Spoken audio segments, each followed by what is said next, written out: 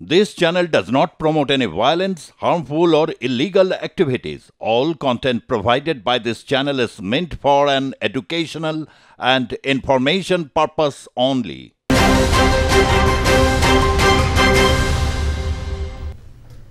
নমস্কার, আপনাদের সকলকে স্বাগত জানাচ্ছি আর শুরু করছি আজকের জনমত অবশ্যই বাংলাদেশ পর্ব নিয়ে এবং শুরুতেই আপনাদের কাছে একটি গুরুত্বপূর্ণ খবর ব্রেকিং নিউজ আকারে আপনাদের কাছে তুলে ধরতে চাই, যেটা অত্যন্ত গুরুত্বপূর্ণ একটি খবর। বাংলাদেশের দেশ রক্ষা বাহিনী গঠন করা হয়েছে। বাংলাদেশের দেশ রক্ষা বাহিনী গঠন করা হয়েছে অবসরপ্রাপ্ত সশস্ত্র বাহিনীর সদস্য এবং প্রয়াত বিভিন্ন রয়েছেন জঙ্গি সংগঠনের সদস্যরা, তার মধ্যে রয়েছেন জামাত শিবিরের সমন্বয় এই দেশ রক্ষা বাহিনী গঠন করেছে বাংলাদেশের নেতৃত্বে প্রয়াত গোলাম আজম পুত্র অবসরপ্রাপ্ত ব্রিগেডিয়ার জেনারেল আমান আজমি। তিনি এই দেশ রক্ষা বাহিনী গঠন করেছেন। এই দেশ রক্ষা বাহিনীর মধ্যে জামাতের লোকজন রয়েছেন সেনাবাহিনীর প্রাক্তন অবসরপ্রাপ্ত অনেকেই রয়েছেন এবং বিভিন্ন সংগঠন এইভাবে বাংলাদেশকে একটা সশস্ত্র পর্যায়ে নিয়ে যাওয়ার চেষ্টা চলছে এবং এই চেষ্টার মধ্যে দিয়ে একটা বিষয় কিন্তু খুব পরিষ্কার হয়ে যাচ্ছে, ক্রমশ বাংলাদেশের একটা যে সামাজিক গঠন, সেই গঠনের মধ্যে একটা মিলিটারাইজেশনের পদ্ধতি নেওয়া হচ্ছে এবং যার লক্ষ্য কি, এই লক্ষ্যটা কি নিঃসন্দেহে বুঝতে কোথাও অসুবিধা হয় না। আমরা দেখতে পাচ্ছি বিভিন্ন ধরনের রুটগুলো তৈরি হচ্ছে, বিভিন্ন রুটগুলো দিয়ে বিভিন্ন জঙ্গি সংগঠনের যারা সাবভার্সিভ অ্যাক্টিভিটিসের মধ্যে জড়িত রয়েছেন তারা এই রাজ্যে প্রবেশ করছেন, ধরাও পড়েছেন বেশ কিছু এবং ধরা পড়ার পর বেশ কিছু চাঞ্চল্যকর তথ্য উঠে আসছে। আবারও আপনাদেরকে জানিয়ে রাখি, বাংলাদেশের দেশ রক্ষা বাহিনী গঠন, অবসরপ্রাপ্ত সশস্ত্র বাহিনীর সদস্য থেকে শুরু করে রয়েছেন জঙ্গি সংগঠনের বিভিন্ন সদস্যরা রয়েছেন এবং তার সাথে রয়েছে প্রত্যক্ষভাবে জামাত শিবিরের সমন্বয়ে দেশ রক্ষা বাহিনী গঠন, নেতৃত্বে প্রয়াত গোলাম আজম পুত্র অবসরপ্রাপ্ত ব্রিগেডিয়ার জেনারেল আমান আজমি। এই যে ঘটনা এবং তার সাথে আপনাদের কাছে বেশ কিছু যদি আমরা ঘটনা পরম্পরা তুলে ধরি তাহলে প্রথমেই আসবো যে বাংলাদেশে যিনি সাবেক প্রধানমন্ত্রী, যদিও নিজেকে সাবেক প্রধানমন্ত্রী বলতে একেবারেই নারাজ, শেখ হাসিনা, তার পুত্র সজীব ওয়াজের জয় তিনি তীব্র প্রতিক্রিয়া জানিয়েছেন। তার কারণ হচ্ছে বাংলাদেশ এই মুহূর্তে চাইছে যে তারা ভারতকে কূটনৈতিক স্তরে চিঠি পাঠিয়েছে, চিঠিতে তারা জানিয়েছেন যে তাকে যাতে ভারত ফেরত দেয়, অর্থাৎ যেটাকে বলা হয় অফিসিয়াল প্রসেস, শেখ হাসিনাকে প্রত্যর্পণের জন্য সেই অফিসিয়াল প্রসেস তারা শুরু করেছে বাংলাদেশ সরকার। তারা ইতিমধ্যে জানিয়েছিলেন যে এই বিষয়ে তারা প্রয়োজনীয় পদক্ষেপ নেবেন এবং সময় আসলে সেই পদক্ষেপ তারা নেবেন এবং তার ক্ষেত্রে এবং ব্যাপারটা যথেষ্ট পরিমাণে সজীব ওয়াজের জয়, যিনি হচ্ছেন বাংলাদেশের শেখ হাসিনা পুত্র, তিনি তার প্রতিক্রিয়া দিয়েছেন। তিনি অভিযোগ করেছেন মোহাম্মদ ইউনূসের নেতৃত্বাধীন দেশটির অন্তর্বর্তীকালীন সরকার বিচার বিভাগকে অস্ত্র হিসাবে ব্যবহার করছে এবং আওয়ামী লীগ নেতাদের নিপীড়ন করতে উইচ হান্ট শুরু করেছে, উইচ হান্ট। এবং ভারতের বিদেশ মন্ত্রক সোমবার নিশ্চিত করেছে ইউনূসের তত্ত্বাবধায়ক প্রশাসন শেখ হাসিনাকে প্রত্যর্পণের জন্য তারা অনুরোধ জানিয়েছেন। এটা একটা দিকের খবর। অন্যদিকে যে বাংলাদেশ এবার বোঝা যাচ্ছিল 4 দিনের জন্য কলকাতা দখল, আরে বাবা, সাহায্য চাইলে ডাইরেক্ট চাও, যে চাল নেই, এই নেই, সেই নেই, ওরকম ভয় দেখিয়ে ব্ল্যাকমেলিং করে চাইবার কোনো ব্যাপার নেই। তার কারণ হচ্ছে ভারতও বুঝে গেছে আসল উদ্দেশ্য কি। এছাড়াও আজকের পর্বে গোটা পর্বটা আপনারা আজকে ভালোভাবে দেখুন, তার কারণ মুহূর্তে মুহূর্তে আপনাদের কাছে বেশ কিছু এমন খবর, ব্রেকিং নিউজ আমরা দেব আপনাদেরকে, যা আপনাদেরকে গোটা বাংলাদেশে এখন ঠিক কী হচ্ছে, কতটা প্যাঁচে রয়েছে, কতটা ফাঁদে পড়েছে, কতটা এগোচ্ছে আর কতটাই বা আগামী দিনে পিছিয়ে পড়তে চলেছে তার সম্যক ধারণা আজকের পর্বে অবশ্যই দেব। রয়েছেন প্রতিরক্ষা ভাষ্যকার মিস্টার আর কে শ্রীবাস্তব, আপনাকে স্বাগত জানাচ্ছি। রয়েছেন রাজনৈতিক বিশ্লেষক, Delhi north avenue, south avenue থেকে শুরু করে বাংলাদেশের রাজনীতির অত্যন্ত সুপরিচিত ব্যক্তিত্ব রতন হাতি, যিনি সেখানকার বাংলাদেশের রাজনীতিকে দীর্ঘদিনভাবে একেবারে সচক্ষে বাংলাদেশে কতিপয়বার তিনি গিয়েছেন বিভিন্ন বিষয়ে। আপনারা ইতিমধ্যেই তার অনেক বক্তব্য শুনেছেন এবং বেশ কিছু বক্তব্য ইতিমধ্যে সত্য প্রমাণিত হয়েছে এবং রয়েছেন কলকাতা বিশ্ববিদ্যালয়ের অন্তর্গত স্কটিশ চার্চ কলেজের যিনি রাষ্ট্রবিজ্ঞানের অধ্যাপক প্রদীপ্ত রায়, আমাদের সঙ্গে ভার্চুয়ালি। প্রদীপ্ত রায়, আপনি আমাদের সঙ্গে আজকে ভার্চুয়ালি রয়েছেন, আপনাকেও ধন্যবাদ জানাচ্ছি। মিস্টার আর কে শ্রীবাস্তব, অত্যন্ত একটি গুরুত্বপূর্ণ ঘটনা আজকে যে ব্রেকিং নিউজ, এটা তো নিঃসন্দেহে আশঙ্কার। আমার প্রশ্ন শুধু এটা নয়, সে কি করছে, কি বাহিনী হবে, প্রত্যেকেরই দেশ রক্ষার অধিকার আছে। প্রাক্তন অবসরপ্রাপ্ত যারা রয়েছেন জামাত শিবির, তারা একভাবে বাংলাদেশকে দেখে বা ইসলামকে তারা একরকমভাবে ব্যাখ্যা দেন, সব আমরা জানি। কিন্তু খুব গুরুত্বপূর্ণ খবর, যে খবরটা বাংলায় আপনি প্রথম ব্রেক করে দিয়েছিলেন, সেটা হচ্ছে হাসান আরিফ। হাসান আরিফ একজন গুরুত্বপূর্ণ ব্যক্তিত্ব। হাসান আরিফ হচ্ছেন একজন উপদেষ্টা, তার হত্যা হয়েছে। আচ্ছা, আমার প্রশ্ন, এই হত্যাটা কি গুপ্ত হত্যা? এই হত্যাটা কিভাবে হলো? এবং এই হত্যার সাথে এই যে তারপরে পরেই যখন এটা ব্রেক হচ্ছে খবরটা, তারপরে পরে আমরা দেখছি শেখ হাসিনাকে প্রত্যর্পণের চিঠি পাঠানো হচ্ছে। কোথাও মনে হচ্ছে একটা যোগসূত্র রয়েছে, কিন্তু এই যোগসূত্রটা কি, সেটা আপনি আমাদের কাছে দর্শকদের উদ্দেশ্যে তুলে ধরবেন আশা করি। নমস্কার। আমরা ডট কানেক্ট করব আজকে। এত সুন্দরভাবে আপনি বলেছেন কতগুলো ডট কানেক্ট আছে। একটা, বাংলাদেশের ভিতরে কি হচ্ছে ইন্টারিম সরকার নিয়ে, ওখানে কি হচ্ছে, হাসান আরিফ কেন মারা গেলেন, এটা গুপ্ত হত্যা কেন আছে আমি বলবো। তারপর আমাদের বর্ডারে কি হচ্ছে, তার মানে আমাদের বঙ্গভূমিতে কি হচ্ছে, পাকিস্তান কি করছে, রাইট। তারপরে পুরো বিশ্বের কি ব্যাপার আছে, ভেরি সংক্ষেপে আমি বলবো আপনাকে, বেশি টাইম নেব না। এই হাসান আরিফ ছিলেন একটা ইম্পর্টেন্ট নাম্বার 2 ম্যান, ইন্টারিম গভর্নমেন্টের নাম্বার 2 ম্যান। ওনার হত্যা করা হলো, গুপ্ত হত্যা, সিক্রেট কিলিং করা হলো। কেন? উনি একটা ব্রিজ তৈরি করছিলেন, একটা নতুন পলিটিক্যাল অ্যালাইনমেন্ট করছিলেন। এই আমাদের professor Yunus doesn't want to be with the Jamaat Islam and Hafiz Islam and student. উনি বুঝতে পেরেছেন, উনি তো ওখানে নিউ ইয়র্কে বলে দিলেছে সবাইকে কি আমি জানতাম না, he is the man, Sarjis he is the man, Hasnat he is the man, Nahid he is the man. আমরা তো কিছু করিনি, দে হ্যাভ মেটিকুলাসলি প্ল্যান্ড। ওরা বুঝতে পেরেছেন উনি কি এদের সঙ্গে থাকলে ওনার সিচুয়েশনটা ওনাকে অতি শীঘ্র বাংলাদেশ ছাড়তে হবে। ইন্টারিম গভর্নমেন্ট আজকে দিনে 3টে ভাগে বিভক্ত আছে। আমি ইন্টারিম গভর্নমেন্ট 3টে ভাগে বিভক্ত এই বিষয়টা আসার আগে আপনি একটা গুরুত্বপূর্ণ একটা পয়েন্ট দিলেন, সেটাকে আরেকটু এক্সপ্লানেশনের দরকার আছে। এই হাসান আরিফ তিনি একটা নতুন পলিটিক্যাল অ্যালাইনমেন্ট করতে চেয়েছিলেন, সেই নতুন পলিটিক্যাল অ্যালাইনমেন্টটা ঠিক কি? দেখুন, হাসান আরিফ কেন প্রথমে দিকে ইন্টারিম গভর্নমেন্টে ছিলেন। প্রথমে যদি আপনি দেখেন 2001 থেকে 2005 উনি অ্যাটর্নি জেনারেল ছিলেন আমাদের খালেদা জিয়ার, বিএনপি সঙ্গে রিলেশন। 2008 থেকে 2009 সরকারে যেটা ইন্টারিম গভর্নমেন্ট ছিল, ওনার লিগ্যাল অ্যাডভাইজার ছিলেন। আর তারপর গ্রামীণ ফোন, যেটা আমাদের প্রফেসর ইউনুসের একটা ওয়ান অফ দ্য ভেঞ্চার আছে, যেটা ইনি এখন বিক্রি করতে চান, এখন স্টারলিংক এলন মাস্ককে দিতে চান, পুরো বাংলাদেশকে বিক্রি করতে চান। ওর একটা লিগ্যাল অ্যাডভাইজার ছিলেন। এই যে ছিলেন, ইনি একটা লিঙ্ক ছিলেন।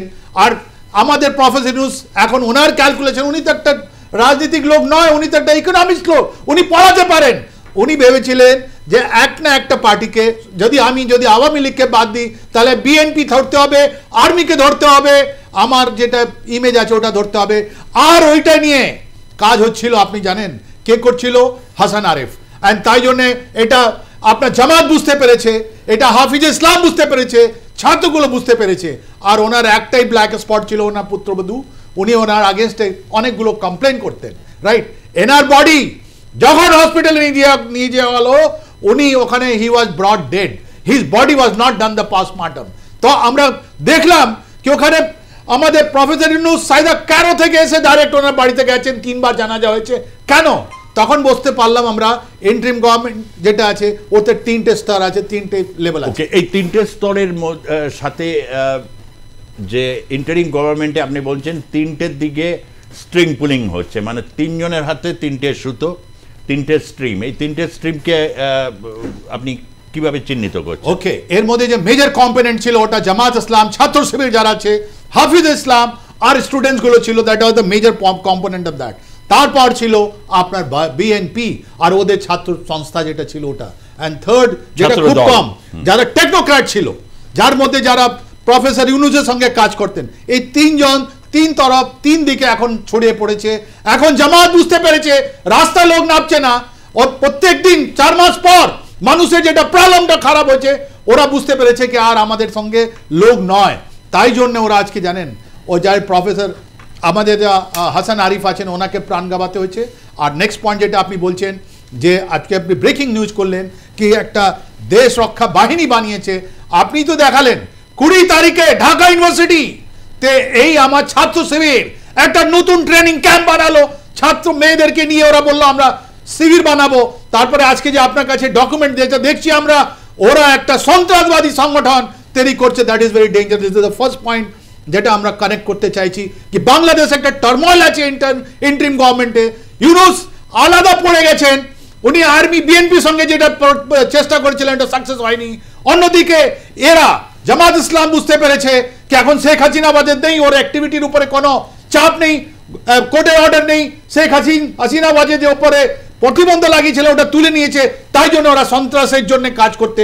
আর এই আমাকে বারবার বলছি আপনাকে, এই যে আমার জামাত ইসলাম 4টে অর্গানাইজেশন আছে আমাদের কাছে এই সাউথ এশিয়াতে, জামাত ইসলাম বাংলাদেশ, জামাত ইসলাম ইন্ডিয়া, জামাত ইসলাম পাকিস্তান, জামাত ইসলাম শ্রীনগর, জম্মু অ্যান্ড কাশ্মীর, এদের যে নেটওয়ার্ক আছে, তাই জন্য আপনি যদি এটা কানেক্ট করেন, ইন্ডিয়াতে তো জামাত নেই, আর এই রিসেন্ট ইলেকশনে জামাত ইসলাম জেএনকে উনি ইলেকশন লড়েছিলেন ও সব হেরে গেছেন, আর পাকিস্তানেও জামাত নেই, কিন্তু এদের নেটওয়ার্ক নিয়ে ওখান থেকে সন্ত্রাসবাদীদেরকে আনছেন, ওখান থেকে সন্ত্রাসবাদীকে আনছেন, ওরা গিয়ে আপনার ঢাকা ইউনিভার্সিটিতে ওরা আপনাকে প্রত্যেকটা সেক্টর সাবসেক্টর ওরা বানিয়েছে, ওর মধ্যে ওরা ট্রেনিং করবে আর ওরাই আমাদের কাছে আসবে। সব থেকে বড় জিনিস যে আমাদের যে ইয়ে আছে বর্ডার আছে, বর্ডার ডিস্ট্রিক্ট যেটা আছে বাংলাদেশ আর আমাদের পশ্চিমবঙ্গে যে বর্ডার ডিস্ট্রিক্ট আছে, ওখানে যেরকম লোক আছেন ওখানে ওদের স্লিপার সেল আছে আছে আছে, যেরকম মুর্শিদাবাদ দেখছেন, যেরকম আপনি কালকে ক্যানিংয়ে দেখলেন, এরা আপনারা এখন একটা স্টেজিং পয়েন্ট হয়ে গেছে, ওখান থেকে লোক এখানে, এখান থেকে লোক ওখানে, আর ওখানে গিয়ে এটা যারা জঙ্গি আছে কাশ্মীরের ওখানে গিয়ে ওদেরকে ট্রেনিং দেবে। এটা খুবই ডেঞ্জারাস, খুবই গভীর, এটাকে আমাদেরকে তাকাতে হবে ডেফিনেটলি, নিঃসন্দেহে। এবং এই যে ক্যানিংয়ের যে রুট, এই রুটটা হচ্ছে এবং এই রুটগুলো হচ্ছে বিভিন্ন স্লিপার সেলগুলো যখন অ্যাক্টিভ হয়ে যায় তখন কিন্তু এই ট্রান্স বর্ডার এই ধরনের বিভিন্ন জঙ্গি সংগঠনগুলো তার ব্যবহার করতে চায়। কোথাও একটা বড় রকমের সাজিশ, একটা বড় রকমের চক্রান্ত, একটা বড় রকমের কিছু রয়েছে এবং ভারতবর্ষের গোয়েন্দা বাহিনী এই মুহূর্তে অত্যন্ত তৎপরতার সাথে রয়েছে এবং বিভিন্ন রাজ্যগুলোর যারা এসটিএফ রয়েছে, বিভিন্ন গোয়েন্দা দপ্তর, তারা একটা ক্লোজ নিট একটা করছে এবং যেটা যথেষ্ট চাপের। কিন্তু বাংলাদেশে এই মুহূর্তে একটা যেহেতু টার্ময়েল একটা পলিটিক্যাল সিচুয়েশন এবং যা পরিস্থিতি রয়েছে, ভোট ক্রমশ পেছোচ্ছে, ভোট ক্রমশ কবে হবে এই নিয়ে একটা প্রশ্ন রয়েছে, ক্রমশ উষ্মা বাড়ছে বিএনপির আজকে যিনি মহাসচিব ডক্টর মির্জা ফখরুল আলমগীর তিনি পরিষ্কার বলেছেন যে এরপর পথে নামতে চলেছে বিএনপি এবং সরাসরি নিশানায় থাকবেন ডক্টর ইউনূস। আসবো এক এক করে সব প্রসঙ্গে, কিন্তু আমি রতন হাতির কাছ থেকে খুব দ্রুততার সাথে এবং আমি জানতে চাইব শেখ হাসিনাকে তারা চাইছে, ফেরত চাইছে এবং কূটনৈতিক স্তরে যে চিঠি তার একটা নির্দিষ্ট একটা পরিভাষা আছে, সেই পরিভাষা অনুযায়ী তারা চাইছে এবং এই অফিসিয়াল প্রসেস এখন স্টার্ট হচ্ছে। এই যে বিষয়টাকে তারা চাইছে, এটার কারণটা কি? এই চাইলেই কি পাওয়া যাবে? তার কারণ ভারত তো তাকে রাখার ব্যাপারে একটা দায়বদ্ধ রয়েছে। ভারত কখনো এই ধরনের কোনো সরকার, যে সরকার ডেমোক্রেটিক্যালি ইলেক্টেড নয়, তাদের দাবি দাওয়াকে যে খুব গুরুত্ব সহকারে দেখে তার অতীত ইতিহাস নেই। তথাপি চাইছে, কি পরিণতি অপেক্ষা করছে শেখ হাসিনা? রতন হাতি।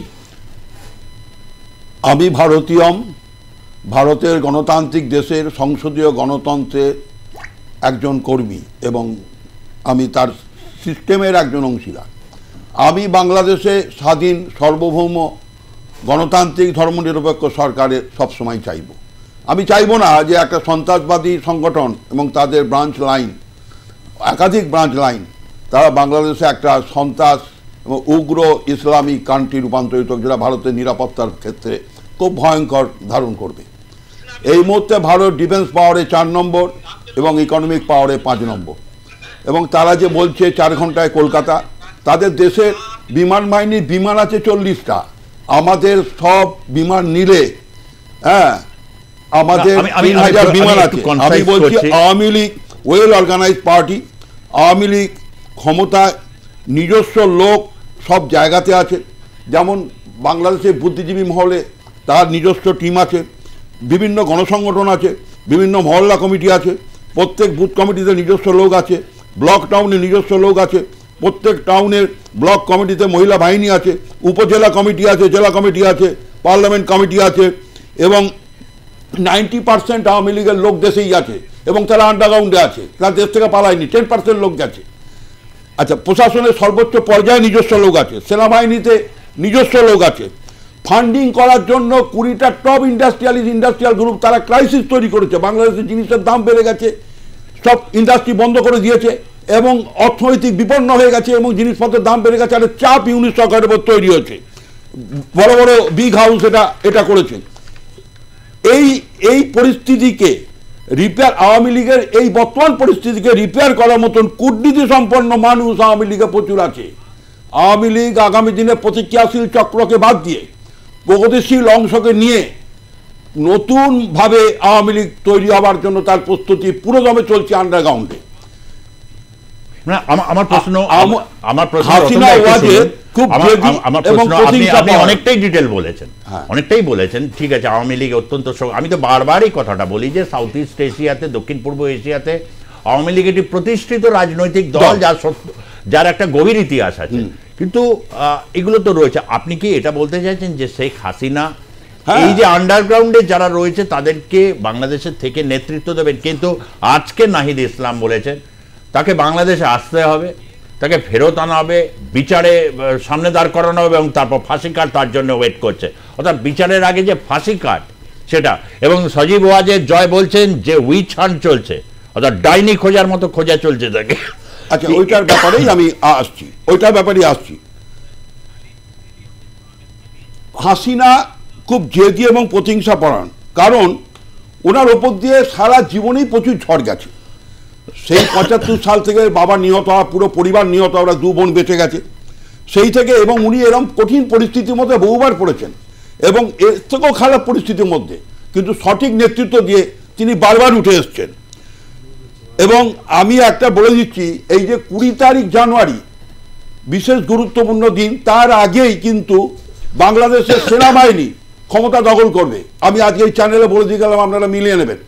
সেনাবাহিনী দখল করবে ক্ষমতা এবং president and chief of army staff, আপনি কি ক্ষমতা দখল করবে, তার ইঙ্গিত কোথায়? ইঙ্গিতটা তো ওরকম ভাবে পাওয়া যাবে না, ইঙ্গিতটা দেখতে হবে যত দিন ঘনিয়ে আসবে, সেনাবাহিনীর মুভমেন্ট বেড়ে যাবে, তখনই একদম কাজকর্ম শুরু হবে।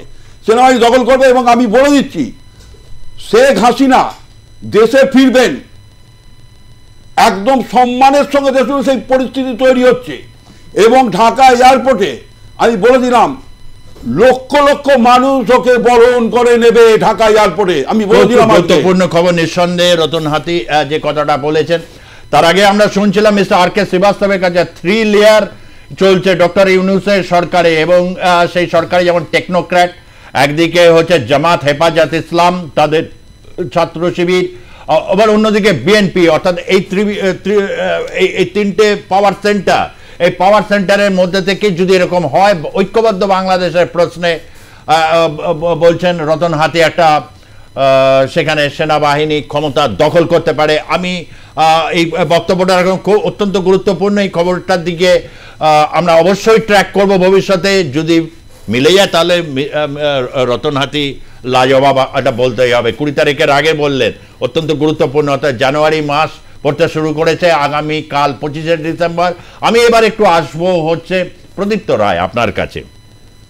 এই যে শেখ হাসিনাকে ফেরত চাওয়া বা হচ্ছে বাংলাদেশে এই মুহূর্তে যা পরিস্থিতি, বা এই যে বিভিন্ন করিডোরগুলো হঠাৎ করে অ্যাক্টিভ হয়ে যায়, গতকালে ক্যানিংয়ের ঘটনা আমরা এটা লক্ষ্য করেছি, কোথাও একটা মরিয়া প্রচেষ্টা চলছে। অন্যদিকে গোটা বিশ্বের কাছে কারোর কাছ থেকে কোথা থেকে অস্ত্র জোগাড় করা যায় এই চেষ্টাতেও রয়েছে, এবং খাদ্যপণ্য কিভাবে জোগাড় করা যায়, ভারত তাকে চাল দিচ্ছে। এই যে বিভিন্ন রকম ঘটনাগুলো ঘটছে, এটা যদি ঐক্যবদ্ধ বাংলাদেশের পরিস্থিতি দিকে তারা বলছেন, কিন্তু কার হাতে নিয়ন্ত্রণটা রয়েছে এবং কার হাতে নিয়ন্ত্রণটা যাবে, এটা নিয়ে একটা বিরাট টানাপোড়েন শুরু হয়েছে। প্রদীপ্ত রায়, আমি যেখান থেকে শ্রীবাস্তব সাহেব শেষ করলেন, আমি ওইখান থেকে শুরু করতে চাই যে বাংলাদেশের এখনকার যে গভর্নমেন্ট, তাদের তো 3টে লেয়ার আছে মূলত, এবং তাদের মধ্যে কুশল টুলও আছে। এমন নয় যে তারা প্রত্যেকেই একই ইন্টারেস্ট পার্সিউ করছেন, কেউ আমেরিকার ইন্টারেস্ট পার্সিউ করছেন, কেউ পাকিস্তানের ইন্টারেস্ট পার্সিউ করছেন, এবং কেউ চায়নার ইন্টারেস্ট পার্সিউ করছেন, খানিকটা নয়নি খানিকটা নয়নি। এবার বিষয়টা হচ্ছে যে তাদের কমন এনিমি কিন্তু একটাই, বাংলাদেশের হিন্দু এবং লার্জার রিজিয়নে যদি আমরা দেখি তাতে হচ্ছে ভারত। এই ভারত বিদ্বেষ এবং হিন্দু বিদ্বেষী তাদের সবাইকে একত্র করেছে, এবং সেই জায়গা থেকে দাঁড়িয়ে ভারতকে কালিমালিপ্ত করার জন্য বিশ্ব রাজনীতিতে এটা একটা রেটরিকের খেলা। এটা মানে বাংলাদেশের সবচেয়ে বড় এই গণ অভ্যুত্থানের সমর্থকে জানে যে ভারত বললেই তো আর শেখ হাসিনাকে হস্তান্তর করবে না, কিন্তু যাতে পৃথিবীর দরবারে ভারতকে দেখানো যায় যে ভারত এই এগ্রিমেন্ট গুলো পালন করছে না, সেই কারণেই বন্দি হস্তান্তরের এই যে হাওয়াটা এটা বাংলাদেশ তুলতে চাইছে। এটা মানে এটা ব্যাখ্যার জন্য খুব বেশি মানে যোদ্ধা হতে হয় না। দ্বিতীয় যে কথাটা আপনি বললেন যে এই ভারত বিদ্বেষের মানে সাথে জঙ্গি কার্যকলাপ ইত্যাদি ইত্যাদি, এবং যেখান থেকে আপনি শুরু করলেন যে এই মানে রিটায়ার্ড ব্রিগেডিয়াররা তারা একটা জায়গায় এসছেন, তাদের সাথে টেররিস্টদের একটা ভাবনবীন শুরু হয়েছে। ভাবনবীনটা ছিল, আপনি যদি বাংলাদেশের আর্মির ওরিয়েন্টেশন দেখেন, তাদের মধ্যে কিন্তু প্রো পাকিস্তান ওরিয়েন্টেশনটাই বেশি দেন প্রো ইন্ডিয়া। এটা এটা অনেক দিনের ব্যাপার, যখন শেখ হাসিনা ছিল তখনও ছিল, যখন তার আগে বিএনপি ছিল তখনও ছিল। এটার জন্য বাংলাদেশের বুনিয়াদী চরিত্রটাকে বোঝা খুব দরকার। কিন্তু বিষয় হচ্ছে যে আমাদের কাছে, ভারতীয়দের কাছে বাংলাদেশের সমস্যাটা এখন বাংলাদেশের আভ্যন্তরীণ সমস্যা নয়, আমাদের আভ্যন্তরীণ সমস্যার জায়গা থেকে দেখা দরকার। বাংলাদেশে গণ অভ্যুত্থান হয়েছে, তাতে আমার কি, আমার দুটো চিন্তা। একটা হচ্ছে যে বাংলাদেশের হিউম্যান রাইটস তথা হিন্দু এবং ঐক্যমলা অন্যান্য মাইনরিটিদের কি হবে, এবং দ্বিতীয় ইন্ডিয়ার হোমল্যান্ড সিকিউরিটি। এই দুটো আমাদের চিন্তা। এবার আপনি যদি এই জায়গা থেকে দেখেন, বাংলাদেশে যদি গণ অভ্যুত্থান না হতো, তাহলে আমাদের এই যে পূর্ব দিকের যে প্রতিবেশী, তারা কি আমাদের কোনো সেফগার্ড করতো ফ্রম চাইনিজ অ্যাগ্রেশন বা এই যে কেটে দেওয়ার কথা হচ্ছে ইত্যাদি ইত্যাদি, অনুপ্রবেশ, এই কোনো কিছুতেই কিন্তু ভারতবর্ষে খুব বেশি অসুবিধা হওয়ার কথা না। আর বাংলাদেশি আর্মি এত কথা বলছে, ব্রিগেডিয়ার এত কথা আমি এখানে আপনার সাইক্লোন ছাড়া, সাইক্লোনের রিলিফ ছাড়া বাংলাদেশি আর্মির কোন ভূমিকাটা আছে পৃথিবীর ইতিহাসে? তারা তো শুধুমাত্র আজ অব্দি যেটা করেছেন সেটা হচ্ছে চিটাগং হিল ট্র্যাক্সের কিছু সমস্যা হয়েছিল 20 বছরের দীর্ঘ যুদ্ধের পরে তারা এক ধরনের শান্তি স্থাপন করা। আমি বলছি যে ভারতবর্ষের আভ্যন্তরীণ বিষয়ে যেটা যেহেতু রুট বা যেটা ফলে এখন এটা শুধু বাংলাদেশের আর আভ্যন্তরীণ বিষয় না, এটা ভারতের আভ্যন্তরীণ বিষয় হয়ে আসছে। গতকালে ক্যানিংয়ের ঘটনা আমরা প্রত্যেকেই দেখেছি, আর প্লাস নিউজে আপনারা ডিটেল গেছেন। একটা জিনিস দেখুন, আজকে শুরুতে যখন এই ব্রেকিং নিউজটা আসছে, গোলাম আজম পুত্র তিনি এই দেশরক্ষা বাহিনী যখন তৈরি হচ্ছে, যখন কোথাও বিএনপির একটা তৎপরতা আজকেই লক্ষ্য করা গেছে, বিএনপি সরাসরি এবার ডেট ঘোষণা করেছে, তারা রাজপথে নামতে চলেছেন, ঠিক তখন আমরা দেখতে পাচ্ছি যে বাংলাদেশের মুক্তিযুদ্ধে সেরকম যারা নায়ক তাদেরকে জুতোর মালা পরানো হচ্ছে, এরকম জামাত। কিন্তু লক্ষণীয় বিষয়, জামাতের যিনি আমির ডাক্তার শফিকুর রহমান, তিনি স্টেটমেন্ট দিয়ে বলেছেন যারা এটা করেছে তাদেরকে জামাত ইসলাম থেকে সরিয়ে দেওয়া হয়েছে, তারা এই ঘটনার সমর্থন করছে না। কিন্তু প্রকাশ্যে এরকম একজন বয়োবৃদ্ধ এরকম লাল সোয়েটার পরিহিত তাকে দেখা যাচ্ছে জুতোর মালা পরিয়ে ঘোরানো হচ্ছে, এবং তাকে বলা হচ্ছে যে আপনি খুলনা ছেড়ে আপনাকে চলে যেতে হবে। এইরকম একটা পরিস্থিতির মধ্যে দিয়ে আজকের বাংলাদেশ মানে কতটা যে সঙ্গীন অবস্থা রয়েছে সেটা বোঝা যাচ্ছে। দেখুন, আজকে যে বাংলাদেশের যা স্থিতি আছে খুবই ভয়াবহ। যার যে পজিশন পাচ্ছে ওইটাই গ্র্যাব করার চেষ্টা করছে, জানেন। আর যে স্পেসটা আপনার আওয়ামী লীগ ছেড়ে গেছে, যেটা বিজনেস আওয়ামী লীগ ছেড়ে গেছে, ওটা নিয়ে আপনার ছাত্র সংগঠন আর আমাদের জামাত ওটা ক্যাপচার করার চেষ্টা করছে। আর প্রত্যেকটা জায়গায় এরকম সিন আছে। এটা থ্যাঙ্কস টু তসলিমা নাসরিন, উনি তো এটা ব্রেক করলেন, আর তো কেউ বলেনি আমাদেরকে, কোনো মিডিয়াটা দেখায়নি। Same to Bangladesh journalist, same to there YouTuber. আজকে একজন মহিলা, উনি তসলিমা নাসরিন যদি এটা না দেখাতেন তাহলে ওয়ার্ল্ড এটা দুনিয়া দেখতেই পারতো না। It is the same to the Bangladesh journalist, যাকে আমরা বলি ওরা অনেকই ভালো ছিল, কিন্তু এইটা দেখে মনে হয় ওরা এখন নয়, ওরা প্রথম আলোর মতো নয়, ওরা অন্যদের মতো নয়, ওরা এখন পুরো ভয়ের মধ্যে কাজ করছে। That is not expected of Bangladesh journalist. Wake up, আপনারা দাঁড়ান, আপনারা নিজের মেরুদণ্ড দাঁড়ান, আপনারা একটা ভালো লোক। এটা তসলিমা নাসরিন যদি না দেখান, আমি বারবার বলতে চাইছি না।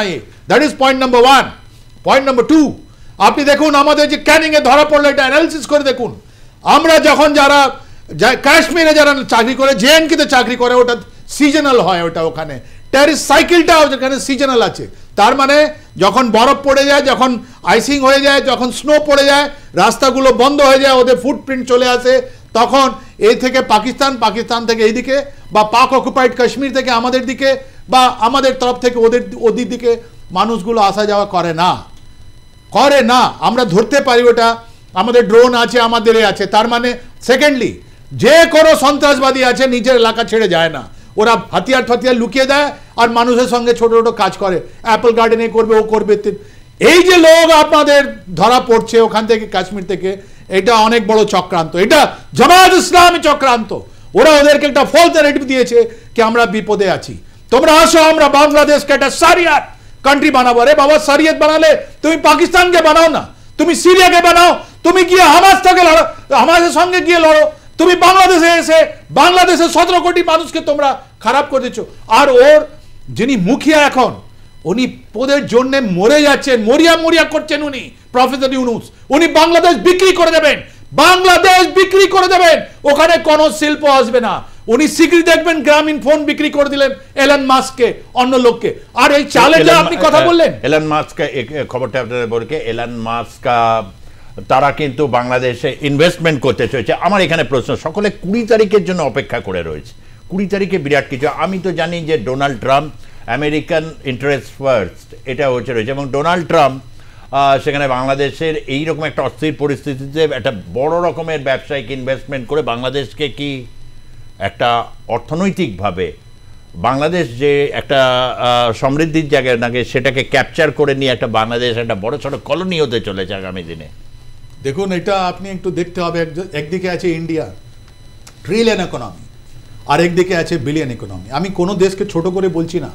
বাংলাদেশের মানে একটা সোভরেন স্টেট আছে, ওর নিজের একটা স্ট্যান্ডিং আছে, ওর একটা নিচে একটা পাওয়ার আছে।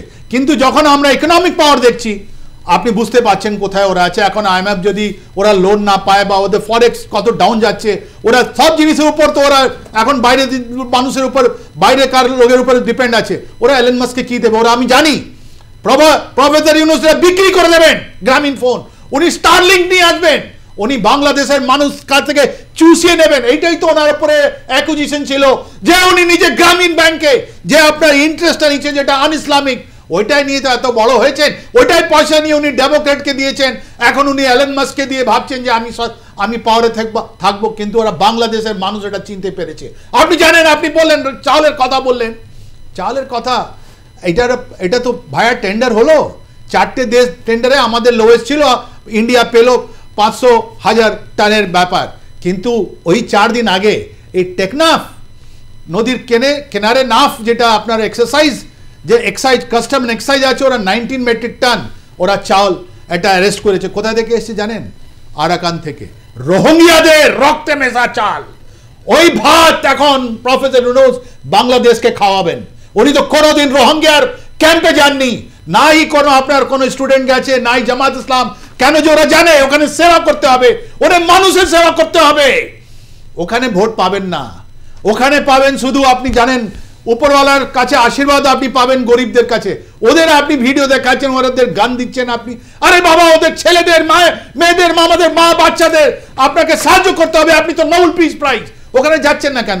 একদিকে ছিল আমাদের ইয়াং সুচি, এইদিকে আছেন মোহাম্মদ ইউনূস, দুজনই কিলার অফ হিউম্যানিটি। আমরা জানি উনি বুঝতে পেরেছেন যে ওনার নোবেল প্রাইজটা আমরা কেড়ে নিতে পারবো না। কেন? আমি একটু এবার একটু বায়নামার প্রসঙ্গে একটু আপনার মানে যেটা আপনি বললেন যে টেকনাফ বা এটা এক এক সময় এরকম শোনা যাচ্ছে বাংলাদেশের কিন্তু একটা সাইকি, কিন্তু যতই আমরা ডক্টর ইউনূসকে আমরা বলি, ডক্টর ইউনূস কিন্তু নার্ভটা কিন্তু এখনো ধরে রেখেছেন। এই কারণেই কথাটা বলতে চাইছি যে একদিকে আপনার চট্টগ্রাম বা বিস্তীর্ণ ওই যে জায়গাটা বংডু, সমস্তটা আরাকান আর্মির মানে দখলে চলে গেছে। এইদিকে একটা প্রেশার বিল্ট আপ হচ্ছে আন্তর্জাতিক স্তরে পর্যন্ত। এমন পরিস্থিতি আজকে বাংলাদেশে যিনি সেখানকার নিরাপত্তা উপদেষ্টা তিনি পর্যন্ত বলেছেন মানবাধিকারের প্রশ্নে অত্যন্ত যত্নশীল হন, এবং ডক্টর সবাইকে বলছেন যে হ্যাঁ আমরা তো যত্নশীল। এই যে এইভাবে তিনি রক্ষা করতে চেয়েছেন, আদবে পারবেন নাকি আরাকান আর্মির আরো দখলে চলে যেতে চলেছে? আমি আরাকানের প্রসঙ্গে আসছি, তার আগে ছোট করে বলি, সারা বিশ্বে জঙ্গি সংগঠন যেসব দেশগুলো আছে বা জঙ্গি সংগঠন যেখানে যেখানে আছে, কোনোদিন জঙ্গি সংগঠন কোনো জায়গায় দীর্ঘস্থায়ী নয়। সারা বিশ্বের দিকে যদি আমরা তাকাই, এটা কিছু দিনের জন্য, কিছু সময়ের জন্য। ওসামা বিন লাদেনও চলে যেতে হয়েছে, দাউদকেও ইন্ডিয়া ছেড়ে চলে যেতে হয়েছে পাকিস্তানের শেল্টারে, সেফ শেল্টারে। সারা বিশ্বে জঙ্গি দেশ রুস্তমের নয়, দেশ বুদ্ধিজীবী, দেশ শান্তিপ্রিয় নাগরিকদের। বাংলাদেশেও 82% মানুষ শান্তিপ্রিয়, 18% জামাত, হিজবুল এবং হেফাজতের সাবোটার এবং এই তদারকি সরকারের সাবোটার। অতএব এদের নিয়ে ভেবে পড়ে লাভ নেই। 82% মানুষ গণতন্ত্র প্রিয় বাংলাদেশে, এটা বুঝতে হবে। এই জঙ্গি সংগঠন কখনোই দীর্ঘস্থায়ী নয়। হ্যাঁ, এবার আমি বলছি এই নোবেল শান্তি পুরস্কার, আমার প্রশ্নটা আপনি তাহলে পরে আপনি মানে আমি তাহলে ওটা বলছি, আমি আরাকানটায় বলছি। আচ্ছা, আমি আরাকানটা হচ্ছে বাংলাদেশের টেকনাফ লাস্ট পয়েন্ট বাংলাদেশের একদম, তারপরেই হচ্ছে এইদিকে গভীর সমুদ্র বন্দর, তারপরে হচ্ছে নাফ নদী এবং ওই একদম টেকনাফ অঞ্চল। ওপারটাতেও আমি গেছি, আমি ও নদী টপকে, ওটা আমাদের গঙ্গার থেকে একটু কম, মানে এটা একটু ছোট, একটু সরু।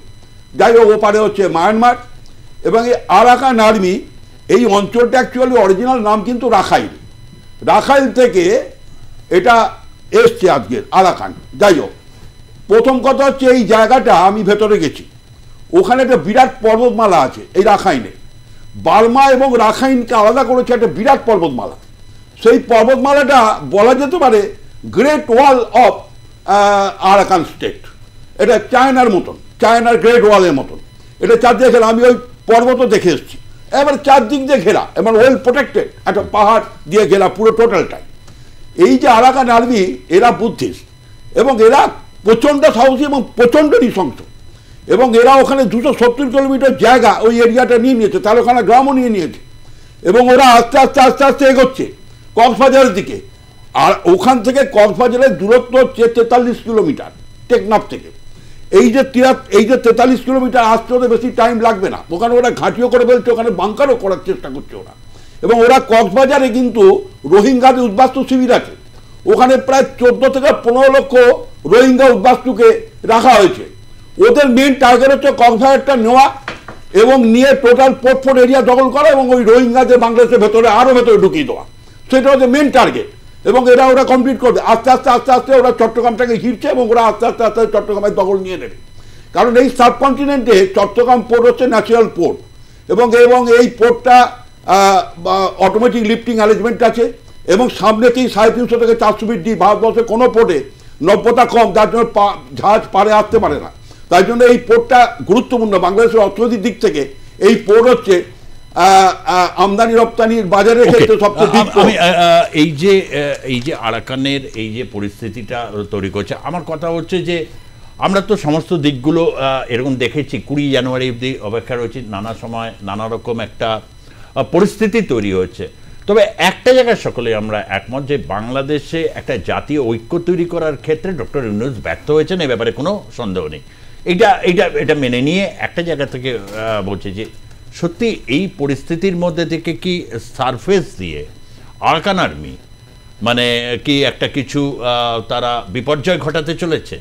দেখুন, এটা থ্রেট আছে, no doubt about it. Transborder operation হবে, ওরা কোনো মতস্থ নিয়ে কাজ করতে দিচ্ছে না নাফনিপুরের উপরে, কিন্তু এটা তো ইন্টারন্যাশনাল বর্ডার। আর আপনি কি বাংলাদেশ আর্মিকে কি ভেবেছেন? এটা মডার্ন আর্মি, পুরো বিশ্ব ওদের ইউনিয়ন মিশন আছে, ওরা খুব রেসপেক্টফুল। আপনি কি জেনারেল ওয়াকুর জামানকে আপনাকে রেসপেক্ট দিতে হবে? ওদের কাছে যে ওয়েপনগুলো আছে, ওদের কাছে যে ট্রেনিং আছে, এরা আরাকান আর্মিকে আসতে দেবে না। কিন্তু কথাটা এটা হলো, স্যার তো ঠিকই বললেন যে কক্সবাজারের কাছে 10 লক্ষ রোহিঙ্গা মুসলিম আছে। 14 লক্ষ ইনি বলছেন, আমাদের ইউএন মিশনের যে রিপোর্ট আছে ওটা 10 লক্ষ বলছেন, যা আছে। কিন্তু মানুষ তো আছে, একটাও মানুষ হোক কেন? এই যে পিস প্রাইজ কেন পেলেন?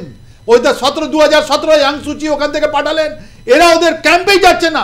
এনার জুতোর জানেন প্রফেসর কাপড় রং সাদা, জুতো রং কালো, আর সোলটা একদম সাদা আছে। উনি ওদের ক্যাম্পে গিয়ে ওদের নিজের জুতোটা খারাপ করতে চান না।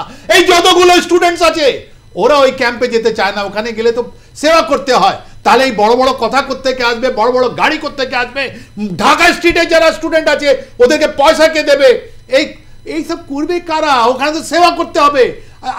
জামাত ইসলাম, হাফিজ ইসলাম এরা ওখানে ইসলামের কথা বলতে পারে, কিন্তু আমাদের মানুষের সঙ্গে গিয়ে মানবতার জন্য হিউম্যানিটেরিয়ান গ্রাউন্ডে আপনার ওখানে যাবেন না।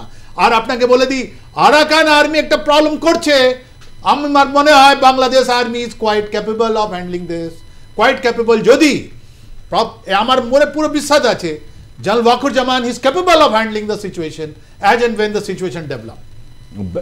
আমি প্রদীপ্ত রায় আপনার কাছে এই প্রশ্নে থেকে আমি যে জায়গাটা আসতে চাই, যে কোথাও বাংলাদেশের এখন কি একটা চূড়ান্ত লেভেলের পাওয়ার স্ট্রাগল হয়েছে? বিএনপি অত্যন্তভাবে তারা বলছে যে রাস্তার এবার দখল তারা নিতে চলেছে, এবং তারা ডক্টর ইউনূসের এবার আর নির্বাচনের জন্যে এতদিন অপেক্ষা করা যে তাদের পক্ষে আর সম্ভব নয়, এটা তারা পরিষ্কার ঘোষণা করে দিয়েছেন বিভিন্ন লেয়ারে লেয়ারে।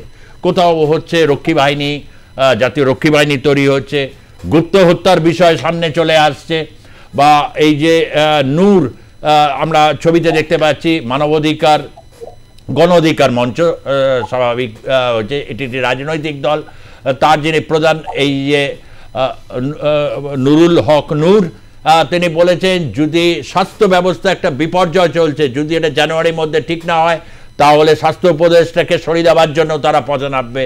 তার কারণ বহু মানুষ আহত, বহু মানুষ চিকিৎসা প্রপার ট্রিটমেন্ট পাচ্ছে না, খুব স্ক্যাটার্ড উইথ ট্রিটমেন্ট হচ্ছে। এখানে একটু ট্রিটমেন্ট তো ওখানে দৌড়াদৌড়ি করার মতো পরিস্থিতি তাদের নেই। এই যে একটা অব্যবস্থা, ক্রমশ একটা গণ বিক্ষোভের দিকে বাংলাদেশ যাচ্ছে। রতনাদি একটা কথা বলছিলেন যে এইটাই হচ্ছে পরিবেশ, যে ধীরে ধীরে ধীরে ধীরে পাল্টা একটা মেটাকুলাস প্ল্যান, যা শেখ হাসিনাকে হয়তো সসম্মানে বাংলাদেশে একটা রাজনৈতিক অবস্থান দিতে চলেছে, এরকম একটা বয়ান আজকে এসে ধরেছে। একদম আমরা ক্রমশ প্রোগ্রামের শেষ লগ্নের দিকে এগোচ্ছি। আপনি কি দেখতে পাচ্ছেন, কি দেখতে পাচ্ছেন, মানে ডায়ালেকটিক্যালি যদি আমরা দেখি তাহলে আপনি কি দেখতে পাচ্ছেন?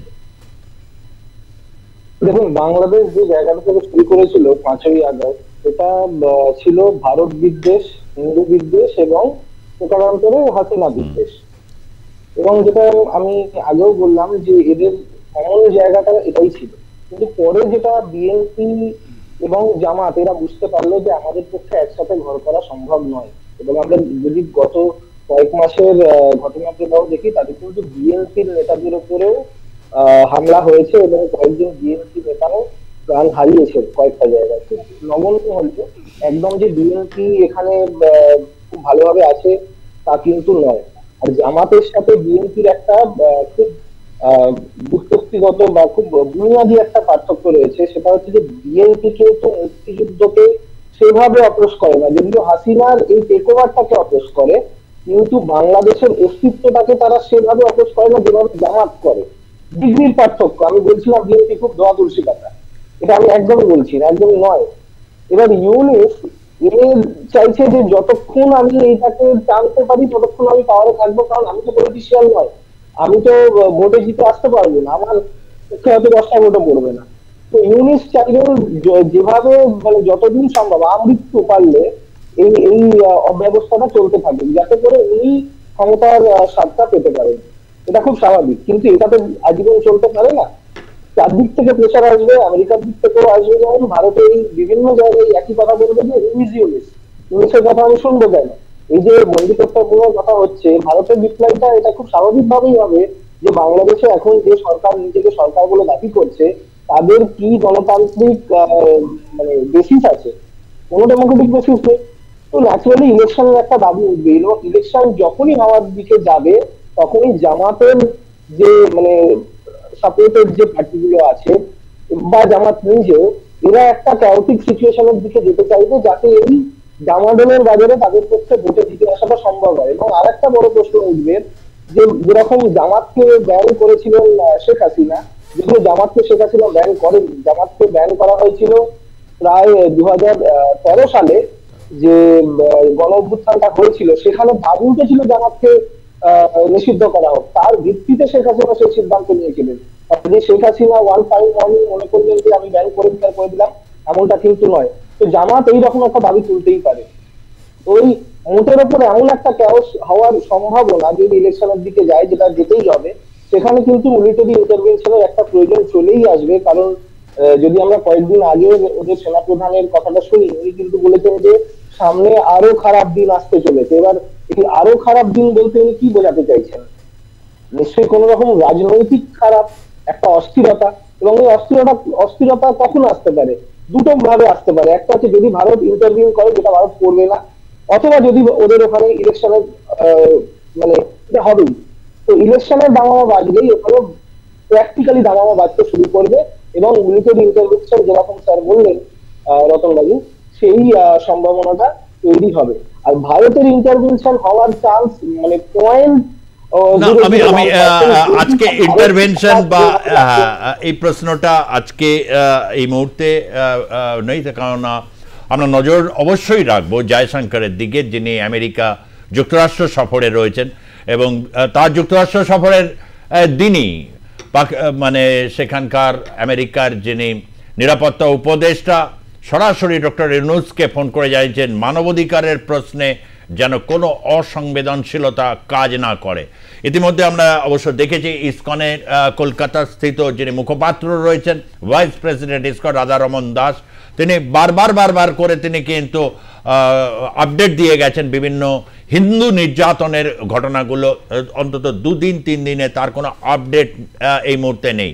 কিন্তু সেখানে অন্য প্রশ্নটা চলে আসছে। আমরা দেখতে পাচ্ছি মুক্তিযুদ্ধের সেরা নায়কদের জুতোর মালা পরিয়ে তাদেরকে চরম সামাজিক হেনস্থা, অর্থাৎ একটা অস্থিরতার মধ্যে দিয়ে যখন যাচ্ছে, তখন মির্জা ফখরুল আলমগীর তিনি জানিয়েছেন, এবং আন্তর্জাতিক সংবাদ সংস্থা বিবিসিকে তিনি যে মন্তব্য করেছেন যে সেখানে হচ্ছে ভোট এবং ভাতের অধিকার অত্যন্ত গণতান্ত্রিক দাবি, মানুষ ভোট দিতে চায় বাংলাদেশে, যেটা অধরা ছিল, এবং হচ্ছে ভাতের দাবি, তার কারণ হচ্ছে অগ্নিমূল্য বাজার, এবং ভোট এবং ভাত, যে দেশের মানুষ ভাত খেতে ভালোবাসেন সে দেশের মানুষের আজকে একটা খাওয়া দাওয়ার একটা বড় রকমের সমস্যা, যেটা একটা বড় রকমের রাজনৈতিক সামাজিক একটা অস্থিরতার কারণ হয়ে দাঁড়িয়েছে।